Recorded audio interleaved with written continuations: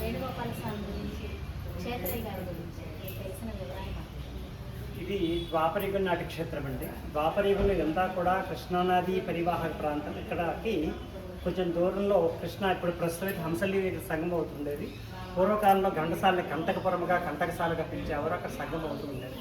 అలాంటి ద్వాపరలో ఒకనాడు రాధాకృష్ణ నృత్యం చేస్తుండగా శ్రీకృష్ణుని యొక్క పాదము జారివారి ప్రాంతంలో పడింది. ఆ పడిన ముగ్గురును వెతుకుతూ నారద మహర్షి వారు రాగా, ఆ నారద మహర్షి వారు ఎంత వెతికినప్పటికీ కూడా ఈ పడిన మువ్వ జాడ కనపడదు. అప్పుడు నారదుడు శ్రీకృష్ణు గురించి కృష్ణానది తీరాన కొంతకాలం తపమాచరించారు. నారదునికి తపప్రభావం చేయడం స్వామివారు మువ్వపడిన ప్రాంతంలో ఒక బంగారు కాంతితో సాక్షాత్కరించారు.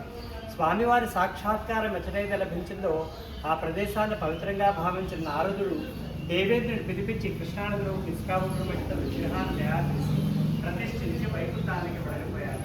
కాలక్రమంలో కృష్ణాది ప్రవాహ ఉధృతికి విగ్రహం విస్తృతం మేటమైపడింది. తర్వాత కొంతకాలానికి పడిన మువ్వ మౌద్గల్యుడు అనేక మహర్షిగా జన్మించి స్వామి గురించి మనం తపమాచరించడం చేత ఏ విగ్రహం అయితే ఇసుకతో కప్పివేయబడిందో ఆ విగ్రహం స్వయంభూమూర్తిగా అవతరించింది. మౌద్గల్యం తపోవరంతో వెళ్తారు కాబట్టి మువ్వగోపాలుగా, ఈ మువ్వపడిన ప్రాంతాల్లో వెళ్తారు కాబట్టి మువ్వగోపాలుగా కూడా స్వామివారిని కొలుస్తూ వచ్చారు. ఈ స్వామికి దేవతలు కృష్ణానదిలో ఉండే ఇసుక ఉండ్రు మట్టితో ఒక రాత్రిలో దేవాలయం కట్టారని ప్రసిద్ధి. తర్వాత 15వ శతాబ్దిలో వరదయ్య 14 పిల్లవాడి కృష్ణా తీరానికి ఆవులతో వచ్చి స్వామివారిని చూచి దర్శించి స్వామివారి యొక్క సాక్షాత్కారాన్ని పొందారు. అందుచేత ఒకనాటి రాత్రి ఆ వరదుని యొక్క స్వప్నంలో వరదుని నాలుక మీద స్వామివారి బీజాక్షరాలు లిఖించడం వలన ఆ బీజాక్షరం యొక్క మంత్రశక్తి ప్రభావం చేత ఓం నమాలు కూడా రాని ఆ పిల్లవాడు పదకవితలతో క్షేత్రాలు తిరగటం వల్ల క్షేత్రయ్యగా పేరు వచ్చింది. ఆ క్షేత్రీయ మువ్వగోపాలమి సుమారుగా 3600 పథకాలతో చెప్పినట్టుగా ప్రసిద్ధి. అవన్నీ కూడా ఆయన ఇక్కడ కూర్చుని చెప్పకుండా తంజావూరు, కంచి, మధుర, గోల్కొండ సంస్థానాలను తిరుగుతూ చెప్పడం వలన ఈయన పదాలు ఆంధ్రదేశంలో కన్నా కూడా తమిళ దేశంలో బాగా ప్రాచుర్యం పొందాయి.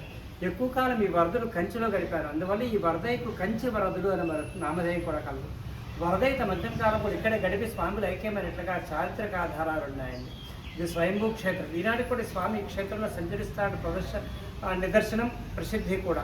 అయితే అన్నమాచార్య కీర్తనలాగా క్షేత్ర పదాలు ఈ ప్రాంతంలో ఎందుకు ప్రాచుర్యం పొందలేకపోయినాయంటే ఈ వరదుడు అనే ఒక పిల్లవాడు తనకు స్త్రీమూర్తిగా తన ఆరాధుడు శ్రీకృష్ణుడిగా భావించి స్వామివారి శృంగారంతో కొలవటం వల్ల ఇక్కడ భూత పదాలు పాడుతున్నాడని ఊళ్ళ నుంచి గెంటివేయబడ్డాడు. అందువల్ల కూడా ఎక్కువ కాలం ఈయన ఆంధ్రదేశంలో కన్నా కూడా తమిళ దేశంలో గడపడం జరిగింది. అయితే అన్ని వేల సంవత్సరాల బట్టి అదే స్వయంభూమూర్తికి అభిషేకాలు సేవలు చేయటం వలన స్వామి యొక్క పాదాల దగ్గర స్వల్పంగా ఇసుక రేణువులు కరిగిపోయి స్వామివారి అచ్చామూర్తి స్వల్పమైన దిగత్వం ఏర్పడడం చేత అందులో యొక్క ప్రాణశక్తి మన 2000 సంవత్సరం మార్చిలో ఇంకో స్వామి కళావాహం చేసి పునఃప్రతిష్ఠించడం జరిగింది. స్వయంభూమూర్తికి చిన్నజీయర్ స్వామి వారి సలహా మేరకు బ్లాక్ ఎనామిక్ పెయింట్ వేసి గుడి వెనుక భాగంలో ప్రదర్శనాపూర్వకంగా పెట్టడం జరిగింది. హరి ఓం దక్ష.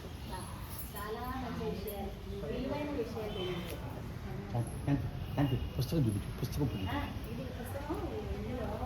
సప్పారావు గారు వస్తుందమ్మా. మా దగ్గరికి రీసెర్చ్ కోసం తీసుకున్న పుస్తకాలు 4-5 ఇవ్వలేదు. ఇందులో చాలా వివరాలు ఉన్నాయి.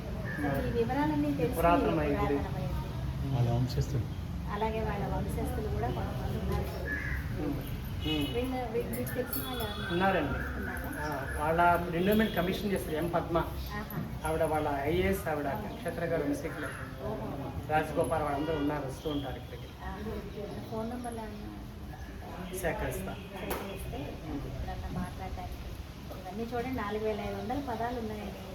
వాటిలో కొన్నిటికి ఇవాటికి ఈ బుక్ పబ్లిష్ చేశారండి. కొన్ని పదాలు ఇవన్నీ వివరాలు ఇచ్చారనమాట. ఇది ఓల్డ్ ఎడిషన్, ఇప్పుడు ఎడిషన్ లేదండి. ఇప్పుడు లేదు. నవనాయకులు వాటి గురించి అష్టవిధ నాయకులు అన్నీ ఉన్నాయి ఇందులో. సో ఈ పుస్తకం పట్టుకుని వచ్చేసాం అనమాట. ఇంకా ఎప్పుడు వస్తూనే ఉంటాం. గుర్తుపట్టారా?